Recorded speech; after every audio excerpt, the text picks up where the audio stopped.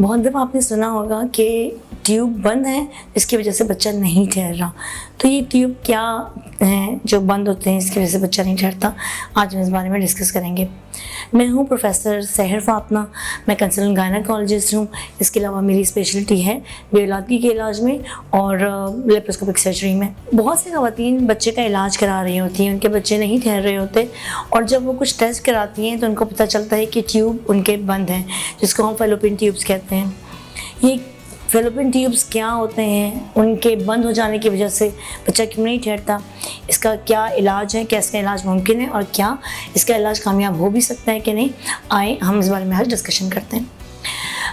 औरत की प्रेगनेंसी के जो ऑर्गन्स होते हैं जिनको हम रिप्रोडक्टिव ऑर्गन्स कहते हैं, उनमें बच्चेदानी, सर्विक्स, अंडेदानी और एक ट्यूब शामिल होता है जो बच्चेदानी के कोने से कनेक्टेड होता है और यूजुअली इसके ज़रिए अंडेदानी और बच्चेदानी ट्रांसफ़र करती है।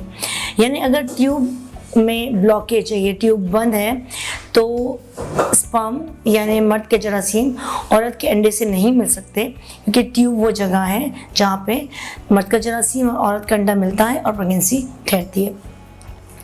ये क्यों हो जाता है? इसकी बहुत सारी वजहें हो सकती हैं, लेकिन सबसे कॉमन वजह है इन्फेक्शन। इन्फेक्शन हो सकता है कि आपको पेल्विक रीजन का या औरत के आज़ा का कोई इन्फेक्शन हुआ हो, किसी को टीबी रहा हो, जो पेट के टीबी स्पेशली हो जाते हैं। वो औरतें जिनको किसी और किस्म का पेट में इन्फेक्शन हो, जैसे कभी उनको आंतों का इन्फेक्शन हो जाए या अपेंडिक्स फट जाए पेट में और उसकी वजह से इन्फेक्शन हो जाए, एडिशन बन जाए यानी चीज़ें आपस में जुड़ जाएँ जिसकी वजह से ट्यूब बंद हो जाए, ये कॉमन कॉज है। इसके अलावा इसकी वजह ये भी हो सकती है कि कोई सर्जरी हुई हो, जैसे कभी आंतों की कोई सर्जरी हो या अपेंडिक्स की कोई सर्जरी हो या फिर आपके जो यूट्रस है, ओवरीज हैं, इनकी कोई सर्जरी हो जिसमें हीलिंग के दौरान जो स्कार टिश्यू बनते हैं वो स्कार टिश्यू ट्यूब के अंदर बन जाए और ट्यूब को बंद कर दें।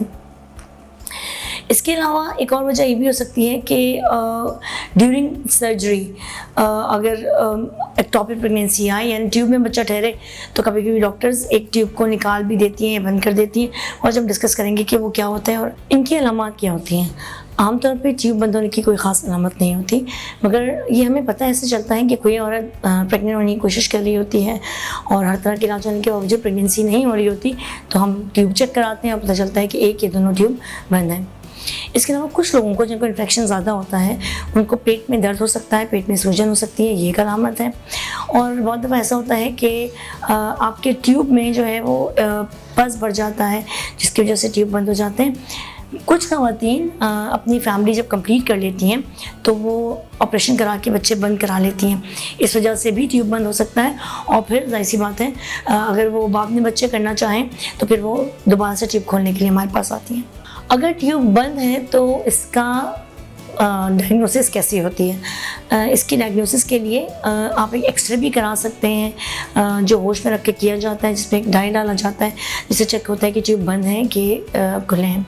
ये एक्सरे 100% सही रिजल्ट नहीं देता, क्योंकि जब पेशेंट जाग रही होती है और जब हम नीचे से डाई डालते हैं तो नेचुरली उसको पेन होता है और कभी कभी दर्द की वजह से वो अपना जिस्म अंदर से बंद कर लेती है गैर इरादी तौर पर, जिसकी वजह से हमें एक या दो ट्यूब बंद मिलते हैं।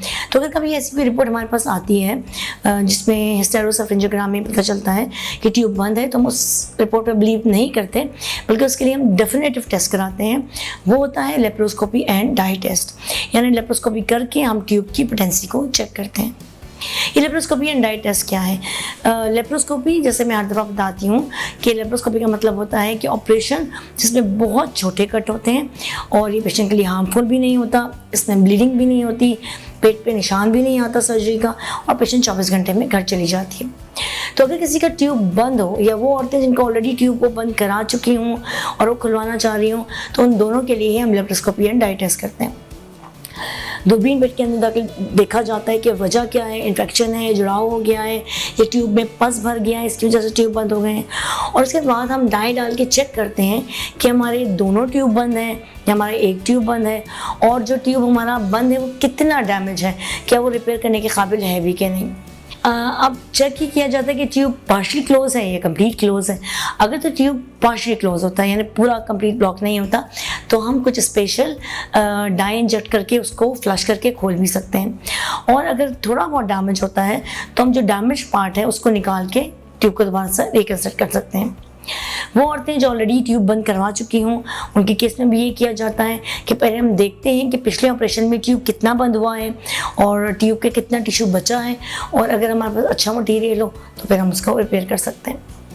ये भी बहुत ज़्यादा ज़रूरी है कि जब आपने ट्यूब बंद करवाया उस वक्त आपने किस डॉक्टर से ऑपरेशन कराया, उसने ऑपरेशन कैसा किया, आपका टिश्यू कितना छोड़ा और कितना ख़त्म किया।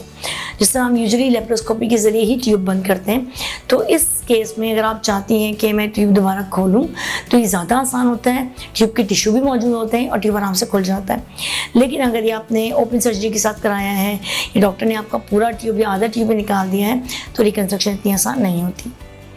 कुछ केसेस में ट्यूब इसलिए बंद होते हैं कि उनके अंदर पस भरा होता है, तो फिर हम मिल्किंग करके उस पस को निकालते हैं और कोशिश करते हैं कि ट्यूब को हम खोल के उसको दोबारा बनाया जाता है, और उसके बाद हम उसको चेक करते हैं कि ये फ्लश के काबिल है कि नहीं। अगर ये ट्यूब खुल जाता है तो उसके बाद कुछ अर्से तक हम मरीज़ को दवाएं देते हैं, और फिर उसके बाद हम उससे कहते हैं कि अपने बच्चे की प्रेगनेंसी के लिए जल्दी ट्राई करें, क्योंकि अगर हम ट्यूब को बहुत अरसे तक खुला रखने के बाद छोड़ देंगे और प्रेगनेंसी नहीं होगी तो नेचुरली बंद होने के चांसेस बढ़ जाते हैं। Thank you so much for watching this video. अगर आप लेप्रोस्कोपिक सर्जरी के बारे में कुछ और मालूमात लेना चाहें तो मुझसे कंसल्ट कर सकते हैं। मैं अल्तमस जनरल हॉस्पिटल में OPD करती हूँ डेली 1 to 3 PM।